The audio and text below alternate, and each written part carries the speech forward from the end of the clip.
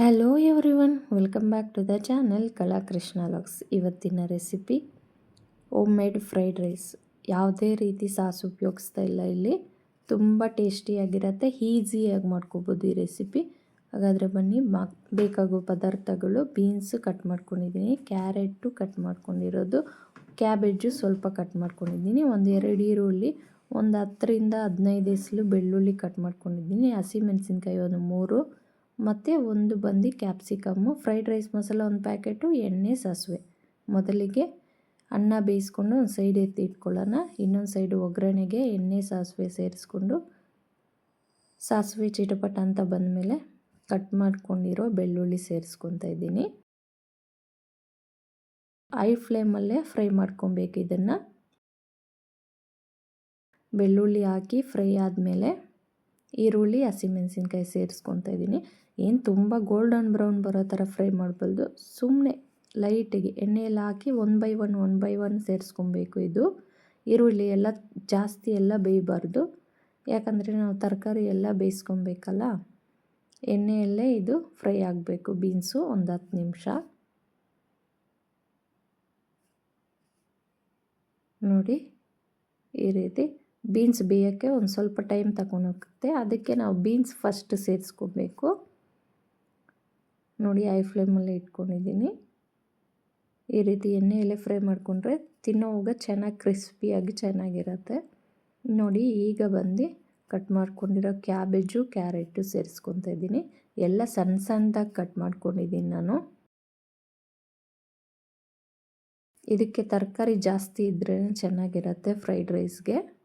ಇದು veg fried rice. ನೋಡಿ, beans, carrot, cabbage ಹಾಕಿ ಸ್ವಲ್ಪ ಮಿಕ್ಸ್ ಮಾಡಿ ಆದಮೇಲೆ ಮುಚ್ಚಳ ಮುಚ್ಚಿ ಒಂದು 5 ನಿಮಿಷ ಫ್ರೈ ಮಾಡ್ಕೊಳ್ಳೋಣ, ಬೇಯುತ್ತೆ ಬೇಗ ಅಂತ. ಒಂದು 5 ನಿಮಿಷ ಆದಮೇಲೆ ನೋಡೋಣ. ನೋಡಿ, ಈಗ ಈ ರೀತಿ ಇದೆ. ಈಗ ಇದು ಒಂದ್ಸಲ ಮಿಕ್ಸ್ ಮಾಡ್ಕೊಂಬಿಟ್ಟು ರುಚಿಗೆ ತಕ್ಕಷ್ಟು ಉಪ್ಪು ಸೇರಿಸ್ಕೊಳ್ಳೋಣ.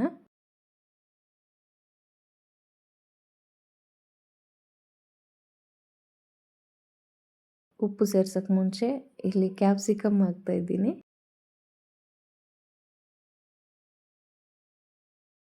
ಕ್ಯಾಪ್ಸಿಕಮ್ ಸೇರಿಸಿ ಒಂದ್ಸಲ ಮಿಕ್ಸ್ ಮಾಡಿಬಿಟ್ಟು ಈಗ ಬಂದು ಸಾಲ್ಟ್ ಸೇರಿಸ್ಕೊಳ್ಳೋಣ ಇದಕ್ಕೆ.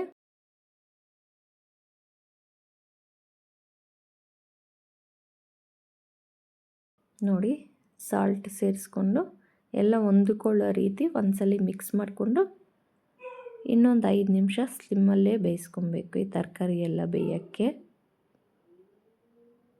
ನೋಡಿ, ಈ ಥರ ಅದಕ್ಕೆ ಬೆಂದ ಮೇಲೆ ಈಗ ನಾವು ಮುಂಚೆನೇ ಉದುರಾಕಿ ಅನ್ನ ಮಾಡಿ ಇಟ್ಕೊಂಡಿದ್ದೀವಿ. ಅನ್ನನೂ ತಣ್ಣಗಿದೆ.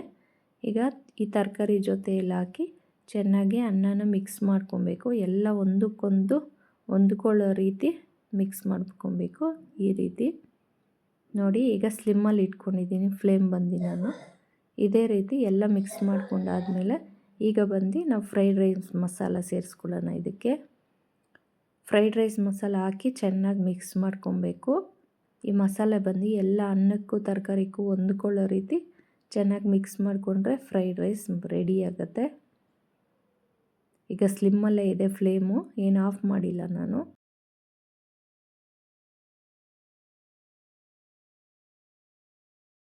ನೋಡಿ, ಈ ಥರ ಎಲ್ಲ ಮಿಕ್ಸ್ ಮಾಡಾದಮೇಲೆ ಈ ರೀತಿ ಇದೆ ಫ್ರೈಡ್ ರೈಸು. ತುಂಬ ರುಚಿಯಾಗಿರುತ್ತೆ, ಬಿಸಿ ಬಿಸಿಯಾಗಿ ತಿನ್ನೋಕ್ಕೆ ಮಕ್ಕಳಿಗೂ ನಮಗೂ ಕೂಡ ಚೆನ್ನಾಗಿರುತ್ತೆ. ಯಾರಾದರೂ ತರಕಾರಿ ತಿನ್ನಲ್ಲ ಅಂದರೆ ಈ ರೀತಿ ಮಾಡಿ ನೋಡಿ, ತುಂಬ ಇಷ್ಟಪಟ್ಟು ತಿಂತಾರೆ. ಈಗ ಲಾಸ್ಟಲ್ಲಿ ಎಲ್ಲ ಒಂದ್ಸಲ ಈ ಥರ ಮಿಕ್ಸ್ ಮಾಡ್ಕೊಳ್ಳೋಣ, ಎಲ್ಲ ಒಂದಕ್ಕೊಂದು ಹೊಂದ್ಕೊಳ್ಳುತ್ತೆ ಅಂತ. ತುಂಬ ಅಂದರೆ ತುಂಬ ಟೇಸ್ಟಿಯಾಗಿರುತ್ತೆ. ಒಂದ್ಸಲ ಟ್ರೈ ಮಾಡಿ ನೋಡಿ. ಈಗ ರೆಡಿಯಾಗಿದೆ. ಇದಕ್ಕೆ ಕೊತ್ತಂಬರಿ ಹಾಕಿ ಮಿಕ್ಸ್ ಮಾಡಿದ್ರೆ ಬಿಸಿ ಬಿಸಿ ವೆಜ್ ಫ್ರೈಡ್ ರೈಸ್ ರೆಡಿ ಆಗುತ್ತೆ. ಸಿಂಪಲ್ಲಾಗಿ ಮಾಡ್ಕೊಬೋದು. ಒಂದು 10ರಿಂದ 15 ನಿಮಿಷ ಟೈಮ್ ಇದ್ದರೆ ಬೆಳಗ್ಗೆ ಹೊತ್ತು ಮಾಡಿಬಿಡ್ಬೋದು. ಇಲ್ಲಿವರೆಗೂ ವಿಡಿಯೋ ನೋಡೋದಕ್ಕೆ ಥ್ಯಾಂಕ್ ಯು ಸೋ ಮಚ್. ಯಾರಾದರೂ ಚಾನಲ್ ಸಬ್ಸ್ಕ್ರೈಬ್ ಮಾಡದೆ ನೋಡ್ತಾ ಇದ್ದರೆ ಪ್ಲೀಸ್ ಸಬ್ಸ್ಕ್ರೈಬ್ ಮಾಡಿ, ಲೈಕ್ ಮಾಡಿ, ಶೇರ್ ಮಾಡಿ, ಕಾಮೆಂಟ್ ಮಾಡಿ ತಿಳಿಸಿ ನಿಮ್ಮ ಅನಿಸಿಕೆ. ಸಿಗೋಣ ಮುಂದಿನ ವಿಡಿಯೋದಲ್ಲಿ.